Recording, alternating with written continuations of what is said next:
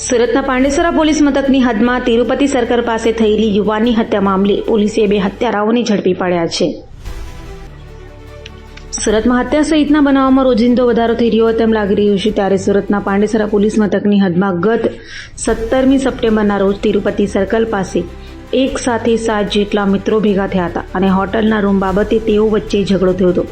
મિત્રના જન્મદિવસની પાર્ટીમાં મિત્રો વચ્ચે થયેલી બોલાચાલી અને તેમાં પણ માત્ર 50 રૂપિયાને લઈ થયેલા ઝઘડામાં એક યુવાનની ચપ્પુના ઘા ઝીંકી હત્યા કરાઈ હતી. તો આ હત્યાકાંડમાં પાંડેસરા પોલીસે 2 હત્યારાઓ બિટ્ટુ સિંહ અવધિયા અને ચંદન દુબેને ઝડપી પાડી તેઓને સળિયા પાછળ ધકેલી દીધા છે. આરોપી ઝડપી પાડવામાં આવે છે. શું છે વિગત?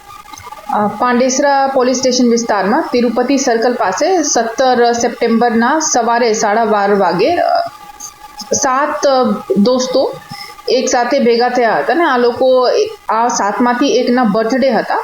તો આ માટે પાર્ટી કરવા માટે એક હોટેલના રૂમ બાબતે આ લોકોની કંઈ માથાકૂટ થઈ હતી કે અમને તમે 50 રૂપિયા આપી છે તો 50 પરત કરો. આ બાબતની લડાઈમાં આપસમાં એકને બીજાના મર્ડર કરી નાખ્યા અને બીજાને પણ ચોટ લાગી છે. તો આ બાબતની ગુના પાંડેસરા પોલીસ સ્ટેશનમાં દાખલ કરી છે.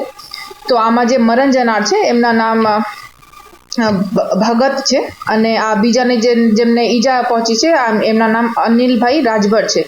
અને આ બંને આરોપી બિટ્ટુ સિંહ અવધિયા અને ચંદન દુબે આ બંનેને અરેસ્ટ કરી લીધા છે. કેટલા આરોપી વોન્ટેડ છે અને હત્યા શા માટે કરવામાં આવી? ટોટલ 2 જ આરોપી છે, બિટ્ટુ સિંહ અવધિયા અને ચંદનસિંહ દુબે, અને આ બંનેને અરેસ્ટ કરી લીધા છે.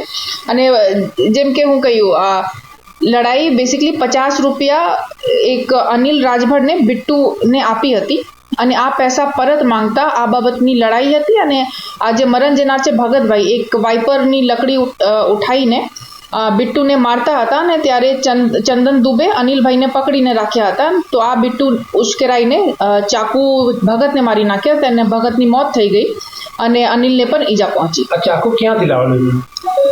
ચાકુ એમની પાસે જ હતા.